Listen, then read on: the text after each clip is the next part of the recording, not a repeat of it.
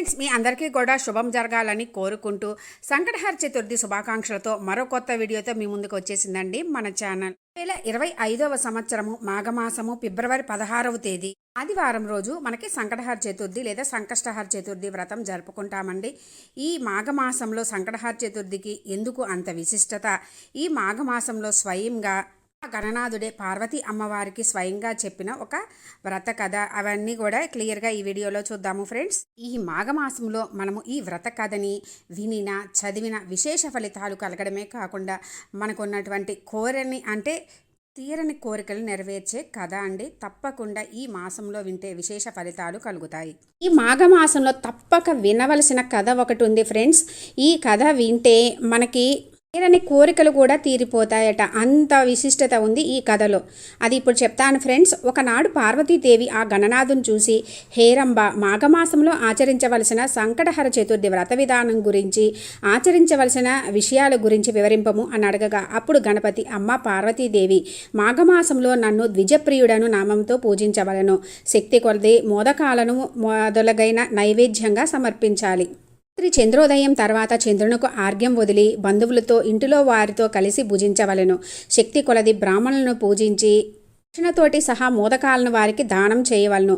ఇందుకు పూర్వం జరిగిన ఒక కథను తెలుపుతాను వినుము తల్లి అని చెప్పసాగెను. పూర్వము సత్యవచనుడు, బలశాలి, పరాక్రమ సంపన్నుడు అగు హరిశ్చంద్రుడు అని పేరున ఒక చక్రవర్తి ఉండెను. అతని రాజ్యంన ఋష్యశర్మ అని పేరు గల బ్రాహ్మణుడు ఒకడుండెను.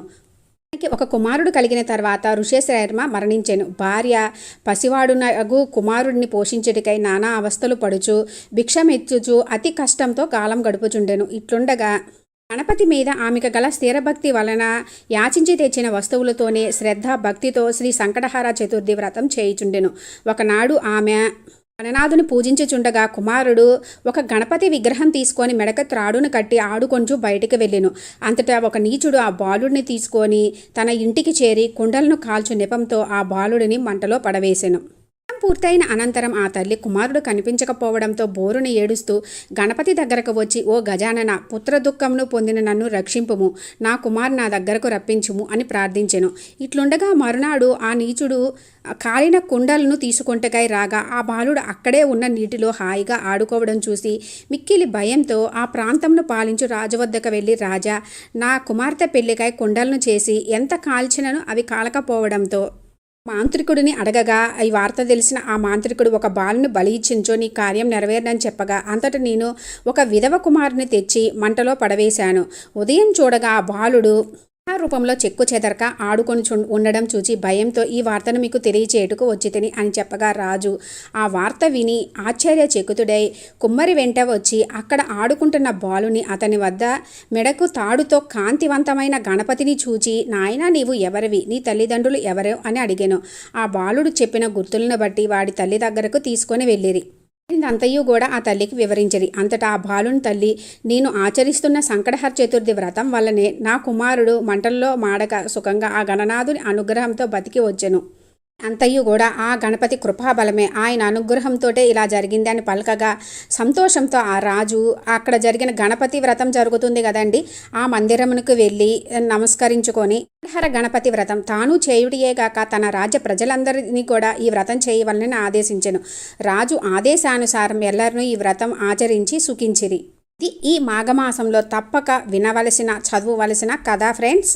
విశేషమైన ఈ కథను మాఘమాసంలో వినవలనని ఆ గణనాథుడే పార్వతీ అమ్మవారికి వినిపించిన విశేషమైన కథ. కోరిన కోరికలు తీరాలంటే ఈ మాఘమాసంలో తప్పక వినవలసిన లేదా చదవవలసిన కథ ఫ్రెండ్స్. మనకి ఈ కథ వలన తెలుస్తుంది ఏంటంటే, ఎంతో ఆర్భాటాలతోటి వైభవంగా చెయ్యాలి అని కాదు, మన దగ్గర ఉన్నది మన శక్తి కొలది భక్తిపూర్వకంగా మనకి తోచినంత చేయడం అని. అంటే భక్తి శ్రద్ధలే ప్రధానమని చెప్తుంది మనకి ఈ కథ. సంకటహర చతుర్థి రోజు మనం మాసంలో సంకటహర చతుర్థికి ఎందుకు ఇంత ప్రత్యేకంగా విశిష్టత అంటే, మనకి సృష్టి ఆరంభంలో బ్రహ్మదేవునికి అనేక ఆటంకాలు కలిగాయట. సృష్టి ప్రారంభంలో బ్రహ్మదేవుడు అంతటి వారికే ఆటంకాలు కలిగాయంటే మనమెంత వారం చెప్పండి. అప్పుడు బ్రహ్మదేవుడు తన తండ్రి అయిన శ్రీ మహావిష్ణువు దగ్గరికి వెళ్ళి, తండ్రి, మీరు నన్ను సృష్టి కార్యం చేయమన్నారు, కానీ అందులో నాకు అనేక విఘ్నాలు కలుగుతున్నాయి అని చెప్పగా, అప్పుడు విష్ణుమూర్తి విఘ్నాలు కలిగించాలన్నా ఆ గణనాథుడే, విఘ్నాలు తొలగించాలన్నా ఆ గణనాథుడే. అటువంటి ఆ గణనాథుని పూజించి ప్రార్థన చేయమని చెప్పి శ్రీ మహావిష్ణువు బ్రహ్మదేవునికి చెప్తారట. బ్రహ్మదేవుడు తపస్సు చేయగా మాఘమాసంలోని కృష్ణపక్షంలో చతుర్థి తిథి నాడు ఆవిర్భవించిన గొప్ప స్వరూపమే శ్రీ సంకటహర గణపతి. బ్రహ్మదేవుడు, ఓ గణనాథ, సృష్టి కార్యానికి ఎటువంటి విఘ్నాలు లేకుండా చేయమని ప్రార్థించగా అప్పుడు గణనాథుడు ఆశీర్వాదం చేయడంతో సృష్టి కార్యం ఎటువంటి విఘ్నాలు లేకుండా జరిగిందని పురాణాలలో ఉంది. ఇంకా దీని గురించి అనేక కథలు కూడా ఉన్నాయి ఫ్రెండ్స్. అందుకే మాఘమాసంలోని సంకటహర చతుర్థికి అంత విశిష్టత.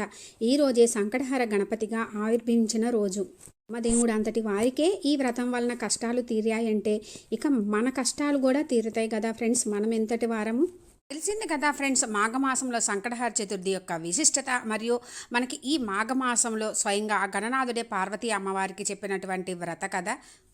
మాఘమాసంలో సంకటహర చతుర్థి ఏ రోజు వస్తుంది, తిథి, చంద్రోదయ సమయము, నామం పేరు, పీఠం పేరు మరియు పూజా విధానం ఇవన్నీ కూడా క్లియర్గా నేను అప్లోడ్ చేసిన వీడియోస్ ఉన్నాయి ఫ్రెండ్స్. అవన్నీ కూడా డిస్క్రిప్షన్లో అండ్ స్క్రీన్స్లో ఇస్తాను.